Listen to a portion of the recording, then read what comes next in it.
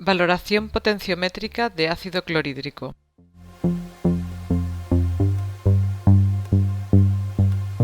Tome unos 25 ml de disolución de ácido clorhídrico problema, aproximadamente 0,1 molar, en un vaso limpio y seco marcado como HCl.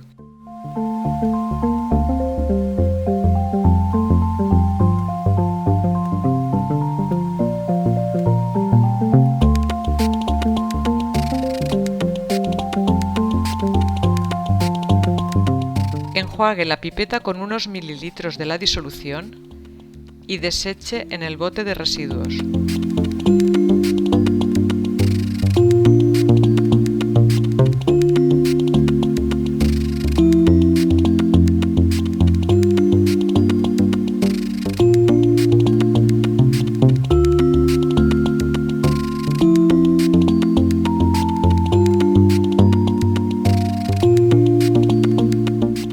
A continuación pipetee con precisión 5 ml y trasváselos al vaso limpio marcado con la etiqueta para valoración potenciométrica.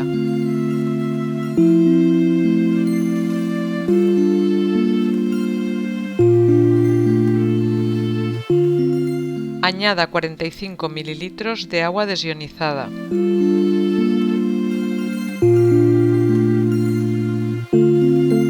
Desenrosque el tubo protector del electrodo y déjelo apoyado en uno de los orificios del aparato, que evitará que se vuelque y derrame la disolución conservadora.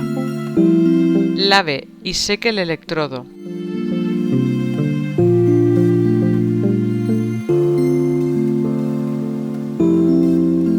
Introduzca el imán en el vaso e introduzca el electrodo. En la bureta tendrá preparada la disolución de hidróxido de sodio valorada previamente y enrasada a 0. Acérquela al vaso.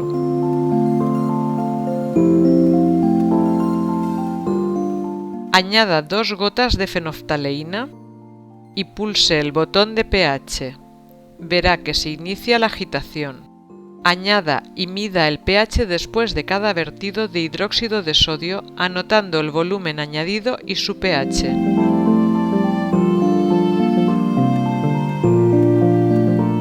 En las proximidades del punto de equivalencia, las adiciones deberán ser gota a gota. Si el pHímetro no se estabiliza en alguna medida, añada una gota más de hidróxido de sodio y vuelva a apretar el botón de pH. Siga tomando medidas de pH hasta agotar la bureta.